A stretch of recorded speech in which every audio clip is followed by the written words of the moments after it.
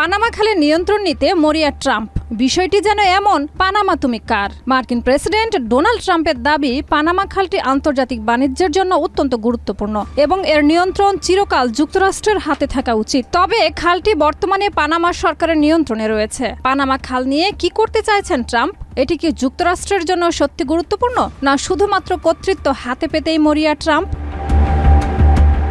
Panama খালের উপর যুক্তরাষ্ট্রের কর্তৃত্ব ভবিষ্যতে দেশটির অর্থনৈতিক নিরাপত্তা ও বিশ্ব বাণিজ্যের প্রবাহ সুরক্ষিত করবে বলে মনে করছে যুক্তরাষ্ট্র। পানামা খালটি যা আটলান্টিক ও প্রশান্ত মহাসাগরের মধ্যে জলপথে যোগাযোগ স্থাপন করবে। তবে ট্রাম্প হুমকি দিয়েছেন, পানামা খালের নিয়ন্ত্রণ যুক্তরাষ্ট্র নেবে। ট্রাম্পের দাবি, খালটি এখন বেইজিং দ্বারা নিয়ন্ত্রিত হচ্ছে। ট্রাম্পের এই বক্তব্যটি আন্তর্জাতিক মহলে আলোচনার সৃষ্টি করেছে।